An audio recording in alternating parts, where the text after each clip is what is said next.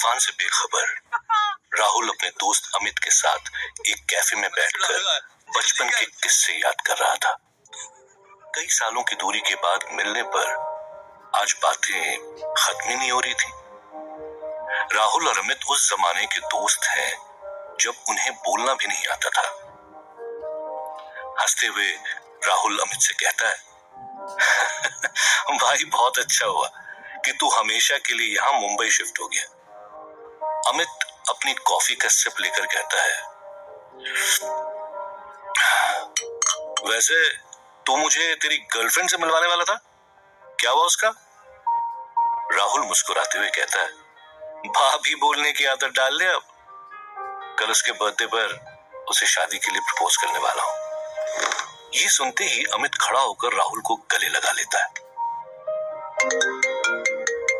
इसी बीच राहुल की गर्लफ्रेंड का फोन आता है।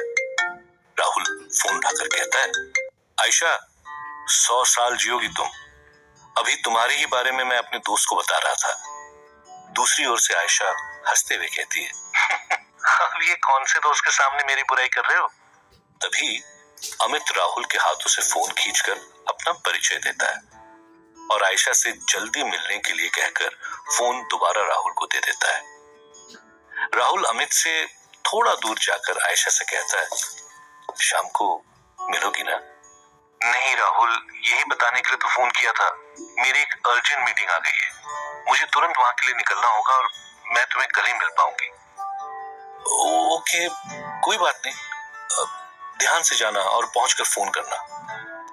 राहुल अमित की ओर मुड़कर उसे सारी बातें बताता है और कैफे से निकल जाता है। जैसे ही वो अपनी बाइक पर बैठता है, उसे ख्याल आता है, क्यों ना आयशा को सरप्राइज दे दूं। जल्दी मिल लेता हूं इससे पहले कि वो मीटिंग के लिए निकल जाए। राहुल अपनी बाइक मोड़कर आयशा के ऑफिस के नीचे पहुंचता है। वो बाइक से उतरने ही वाला होता है कि वो आयशा को ऑफिस बिल्डिंग से बाहर आते देख लेता है। इससे पहले राहुल से आवाज दे पाता, वो देखता है आयशा एक नीली मर्सिडीज के पास जाकर एक लड़के को गले लगा लेती है और उसके होंठों पर किस करती है। ये देखते ही राहुल के पैरों के तले जमीन खिसक जाती है।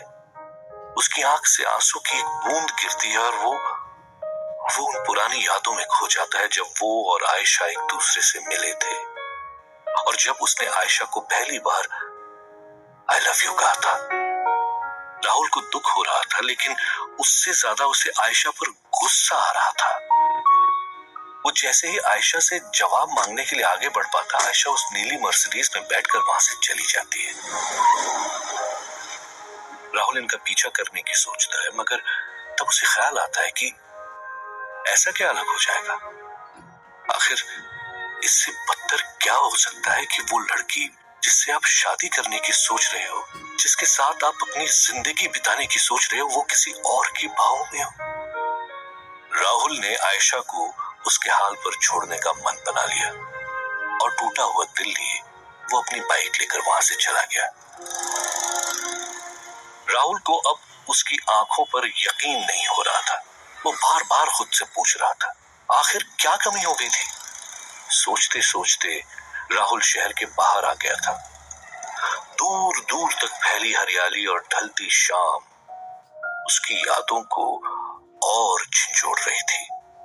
राहुल अपनी सोच में डूबा ही हुआ था कि तभी उसे अमित का कॉल आता है। बाइक चलाने की वजह से वो कॉल कट कर रोड पर अपना ध्यान केंद्रित करता है, लेकिन अमित दोबारा उसे कॉल करता है। कोई इमरजेंसी होगी, ये सोचकर राहुल अमित का फोन उठाता है। तभी अचानक उसकी नजर सामने से आते हुए ट्रक पर पड़ती है। खुद को बचाने के चक्कर में उसका बाइक पर से आपा खो जाता है और उसकी बाइक सीधा एक पेड़ से जाकर टकरा जाती है। खून से लथपथ राहुल की आंखों के सामने धीरे धीरे अंधेरा छाने लगता है। उसे सिर्फ बाइक से निकलता हुआ धुआं और खून से लथपथ उसके हाथ पैर नजर आते हैं।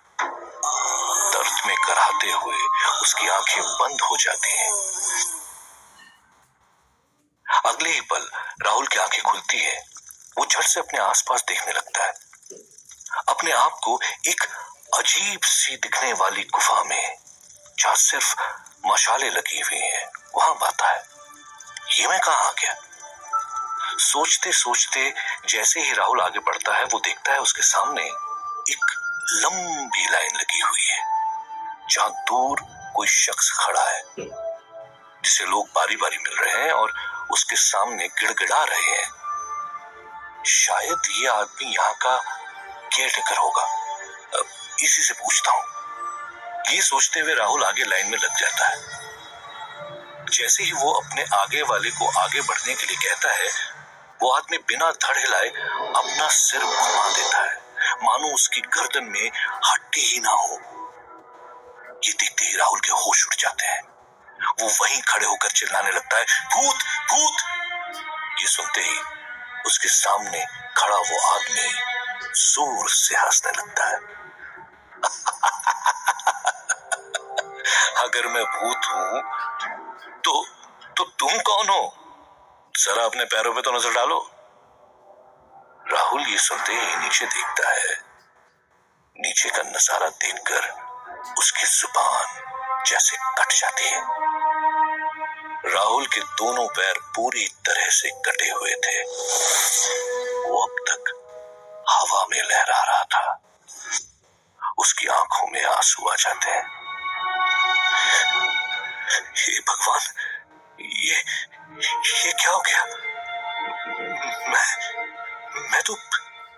मैं तो मर चुका हूं।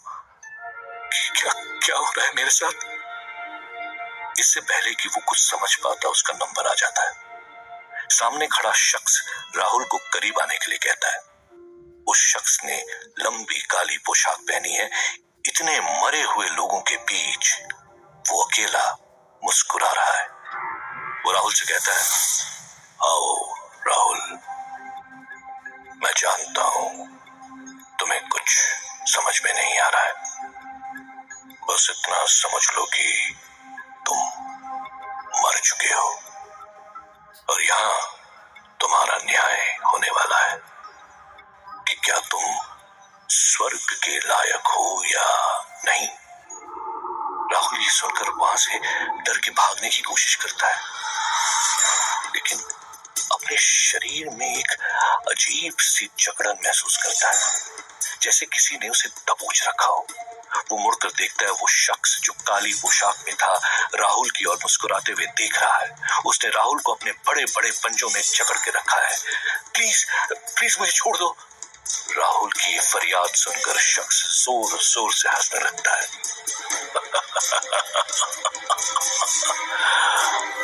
चलो, अब और टाइम वेस्ट न करते हुए सीधे काम की बात करता हूं। राहुल को एहसास हो जाता है कि यहां से उसका भागना तो नामुमकिन है। इस आदमी की बात सुनने में ही भलाई है। वो आदमी राहुल को कहता है, मेरा नाम नरकदूत है। मैं यहाँ लोगों को कर्मों के फल देता हूँ, मगर तुम एक स्पेशल केस हो, इसीलिए तुम्हें स्पेशल ट्रीटमेंट भी मिलेगी। राहुल ये सुनकर अचंभे में आ जाता है। मैं कुछ समझा नहीं। नरकदूत मुस्कुराते हुए कहता है, तुम्हें मैं पृथ्वी लोक दोबारा भेजूंगा, पर शर्त यह है कि तुम वहां हमारे लिए काम करोगे, एक नरकदूत बनकर, जिसका काम होगा पापियों को मारना। राहुल ये सुनते ही गिड़गिड़ाने लगता है। मारना? अरे मैंने मच्छर तुक को कभी नहीं मारा है, इंसानों को कैसे? ये मुझसे नहीं होगा। राहुल की ना सुनते ही नरकदूत गुस्से से आग बबूला हो उठता है। वो चुटकी बजाता है और अचानक से उसकी सुनसान सी गुफा चीखों से भर जाती है। राहुल देखता है कि उस गुफा में मीलों दूर तक लोग हैं जिन्हें मारा पीटा जा रहा है। उन लोगों को उनके कर्मों की सजा दी जा रही है। वो सिर घुमाते ही जब नरकदूत को देखता है तो वो नरकदूत अब एक विशाल राक्षस बन चुका था, जिसके सर पर बड़े बड़े सींग थे। उसका शरीर खून समान लाल था और आंखों से आग बरस रही थी। वो गुस्से में राहुल से कहता है, अगर तुम मेरी बात नहीं मानोगे तो तुम्हारा भी यही हाल होगा। नरकदूत राहुल को उठाकर खौलते हुए तेल की कढ़ाई के ऊपर लटका देता है। अगर बात नहीं मानी तो इसी खौलते हुए तेल के अंदर तुम्हें फ्राई कर दूंगा। राहुल डर के मारे हाँ कह देता है। तुम जो कहोगे मैं करूंगा, प्लीज प्लीज मुझे फ्राई मत करो। ये सुनते ही नरकदूत चुटकी बजाता है और फिर सब पहले जैसा हो जाता है। तो तुम्हें मैं ऊपर भेजूंगा। तुम्हें उन लोगों को मारना है जिनके ऊपर लाल एक्स मार्क होगा। याद रखना, एक पापी हर रोज। राहुल इससे पहले कुछ बोल पाता वो नरकदूत अपनी चुटकी बजाता है और राहुल अपने आप को फिर से पृथ्वी लोक पर पाता है। आसपास का माहौल देखकर राहुल के चेहरे पर मुस्कुराहट आ जाती है। वो जैसे ही आगे बढ़ता है उसे एक आदमी नजर आता है जो एक गरीब आदमी को खाना खिला रहा था। राहुल देखता है उसके ऊपर वो एक्स, वो क्रॉस का निशान है। ये तो कोई भला इंसान मालूम होता है। भला इसकी जान मैं कैसे ले सकता हूँ।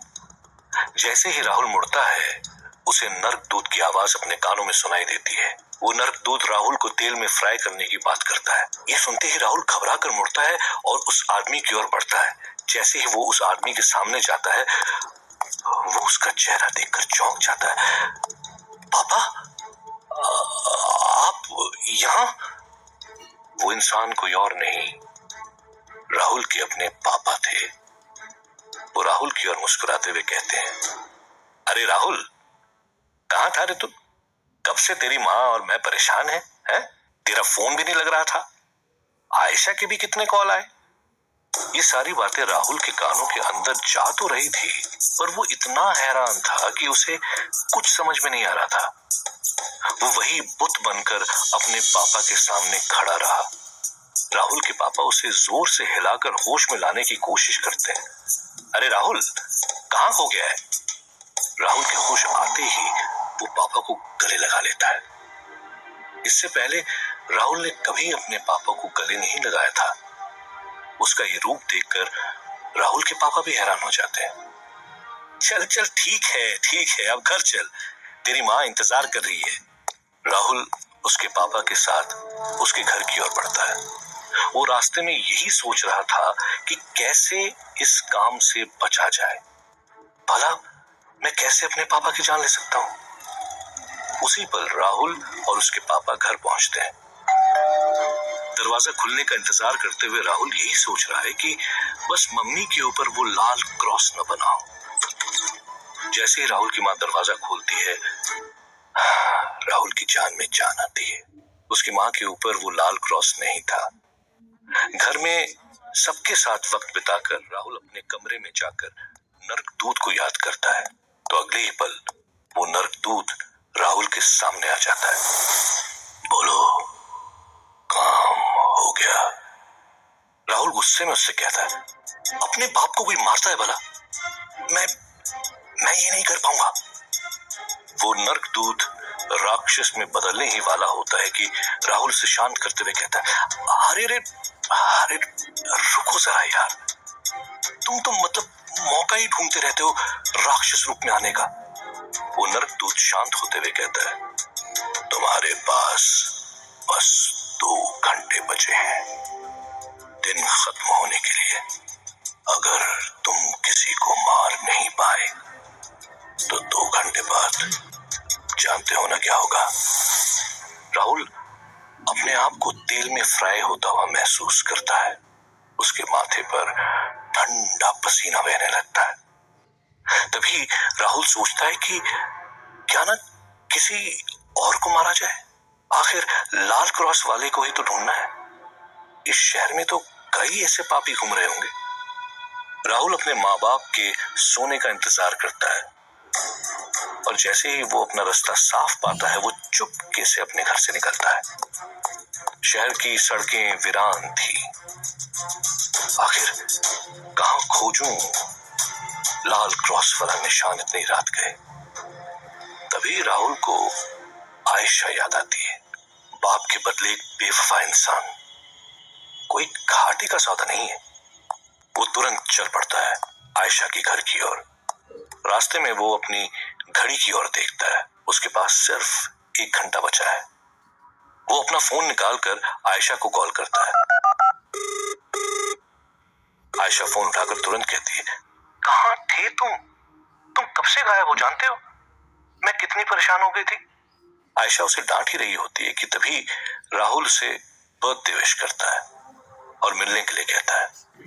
उस पर आयशा घबराकर कहती है, अभी नहीं नहीं नहीं, मेरे पेरेंट्स है घर पर, हम कल मिलते हैं ना। आयशा के पीछे से किसी की हंसने की आवाज राहुल को आती है। राहुल समझ जाता है कि वो शायद उस नीली मर्सिडीज वाले के साथ है। ठीक है, तुम आराम करो, मैं कल मिलता हूँ। एक पल का भी इंतजार न करते हुए राहुल सीधा आयशा के घर पहुंच जाता है। दरवाजा खटखटाने पर जैसे ही आयशा दरवाजा खोलती है वो राहुल को देखकर चौंक जाती है। तुम यहाँ इस वक्त? राहुल से धक्का देकर अंदर घुसता है। तभी इस हड़बड़ी में अंदर से वो लड़का बाहर आ जाता है और राहुल की ओर चिल्लाते हुए कहता है, ये सब क्या हो रहा है?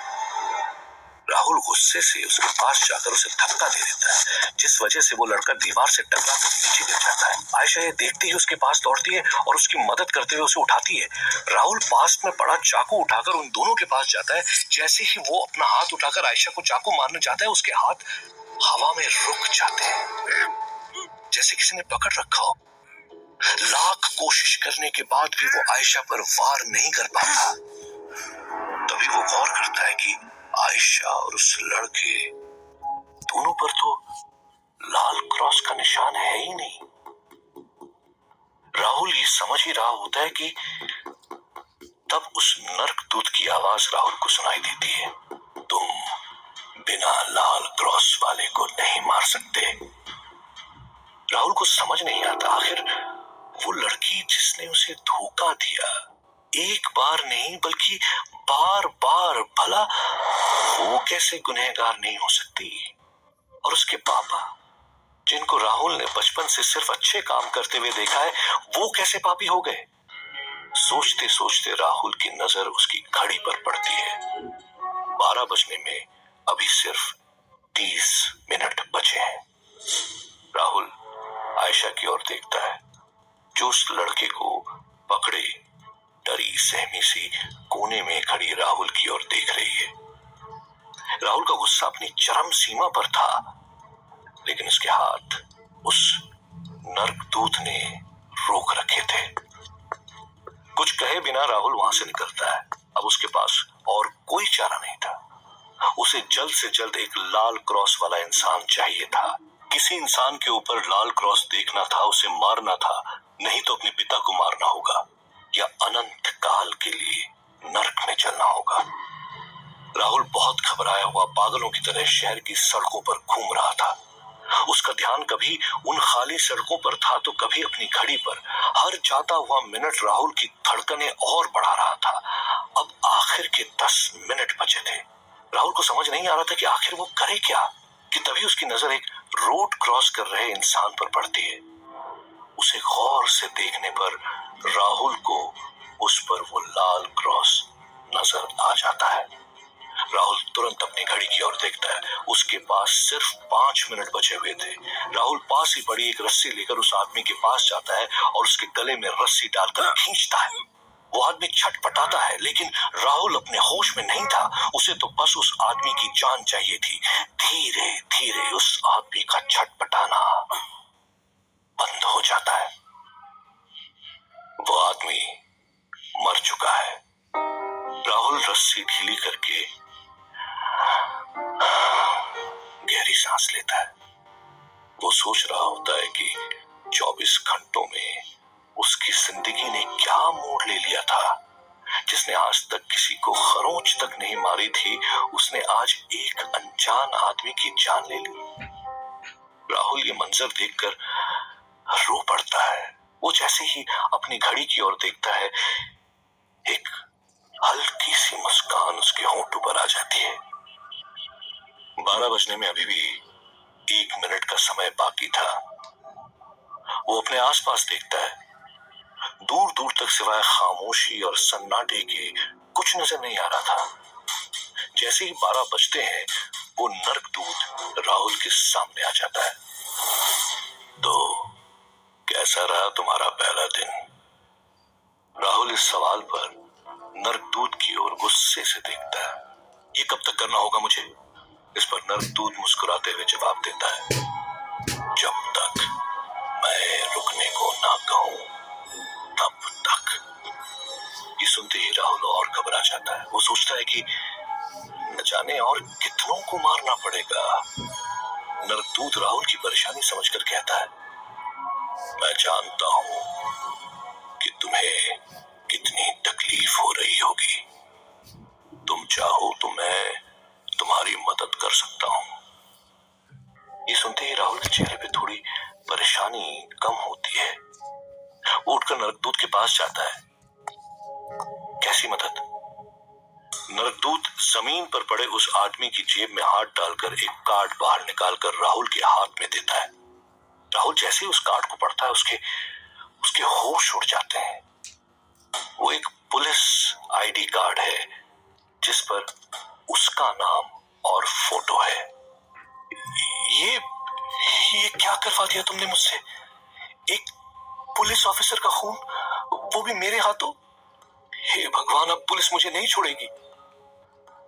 नर्कदूत जोर से हंस पड़ता है। राहुल, तुम मर चुके हो। तुम्हारा मेरे सिवा कोई कुछ नहीं बिगाड़ सकता। खैर, मैं कुछ ऐसा करता हूं कि तुम इस आदमी की जगह ले लो।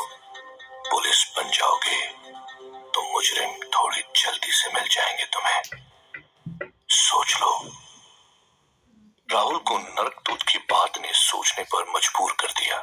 उसने सोचा कि ऐसे गुनहगारों से मिलने के लिए इतनी मेहनत करने से अच्छा है कि पुलिस वाला बन जाए। राहुल के लिए अब खुद को तेल में फ्राई होने से बचाना एकमात्र मकसद था। वो तुरंत नर्कदूत की इस बात पर हाँ कर देता है। नर्कदूत राहुल के पास आकर उसके माथे पर जोर से मारता है। अचानक राहुल की आंखों के सामने अंधेरा छा जाता है। आंखें खुलने पर राहुल अपने आप को जमीन पर पड़ा पाता है। वो उठकर खड़ा होता है और पास ही खड़ी एक गाड़ी के शीशे में खुद को देखता है। वो अब उस पुलिस वाले के शरीर में था। राहुल मुड़कर नर्कदूत को देखता है, मगर नर्कदूत तो वहां से गायब हो चुका था। राहुल उसे 2-3 बार पुकारता है, मगर नर्कदूत उसे कोई जवाब नहीं देता। राहुल अपनी जेब में हाथ डालकर वो कार्ड दोबारा देखता है। वो देखता है कि इस पुलिस वाले का नाम भी राहुल था। वो मुस्कुराकर कहता है, अजीब इत्तेफाक है। एक राहुल ने दूसरे राहुल को मार दिया। कार्ड के नीचे दिए हुए पते पर राहुल बढ़ चलता है। जैसे जैसे वो अपने घर जा रहा था, वैसे वैसे उसे इस पुलिस वाले की यादें दिखाई दे रही थी। उसका घर, उसका परिवार, उसकी जिंदगी, सब राहुल की आंखों के सामने एक फिल्म की तरह चल रही थी। राहुल को पता चलता है कि अब वो एक खुफिया फोर्स का हिस्सा है, जो पुलिस तो है, लेकिन सिर्फ बड़े बड़े कामों को अंजाम देने के लिए है। उसके घर बार में उसके माँ बाप और एक छोटी बहन है। फिर भी वो हमेशा से अकेला रहता था। भला ऐसे इंसान ने ऐसा क्या काम किया था जिससे उसके ऊपर लाल क्रॉस आ गया? इसी सोच विचार के बीच वो अपने क्वार्टर्स पहुंचता है और दरवाजा खोलकर अंदर चला जाता है। राहुल घर का मुआयना कर ही रहा होता है कि दीवार पर लगी कुछ तस्वीरों पर उसकी नजर जाती है। इंस्पेक्टर राहुल का जीवन अब इस राहुल के सामने था। राहुल कपड़े बदलकर सोने की कोशिश करता है, मगर इतना सब कुछ होने के बाद भला उसकी आंखों में नींद कहां थी? एक नए सवेरे की उम्मीद लिए राहुल अपनी आंखें बंद कर लेता है। जब सुबह उसकी आंख खुलती है तो वो कपड़े पहनकर अपने दफ्तर की ओर निकल पड़ता है। रास्ते में उसे एक लड़की मिलती है। अरे राहुल, कैसे हो? उस लड़की के पूछते ही राहुल स्तब्ध हो जाता है। अपनी यादों में खोजने पर उसे उस लड़की के बारे में पता चल जाता है। वो लड़की थी शालिनी, जो राहुल के साथ उसी की टीम में काम करती थी। राहुल उसे काफी पसंद भी करता था। अरे क्या हुआ? शालिनी दोबारा राहुल से पूछती है। कुछ नहीं, क्यों? राहुल उससे आश्चर्य में पूछता है। शालिनी उसे याद दिलाती है कि कैसे वो पिछली रात तबीयत ना ठीक होने का कारण देकर ऑफिस से निकल गया था। तभी राहुल को अचानक वो बात याद आ जाती है। हाँ, अब मैं बिल्कुल ठीक हूँ। ऑफिस पहुंचने पर वहां बाकियों से राहुल की मुलाकात होती है। शालिनी राहुल को आज एक मीटिंग के बारे में बताती है। उनकी मुलाकात आज एक नए कमिश्नर से होने वाली थी, जिनका तबादला हाल ही में हुआ था। राहुल और शालिनी तुरंत कमिश्नर की केबिन की ओर बढ़ते हैं और जैसे ही वो अंदर जाते हैं, राहुल चौंक जाता है। उस कमिश्नर के ऊपर वो लाल क्रॉस बना हुआ था। कमिश्नर जैसे ही राहुल और शालिनी की ओर मुस्कुरा कर देखता है, राहुल के कानों में उस नर्कदूत की आवाज सुनाई देती है। तुम्हारा वक्त शुरू होता है अब।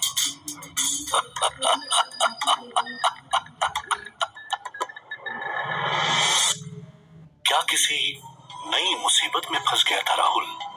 और आखिर कब तक अपने पिता को बचा सकता है वो?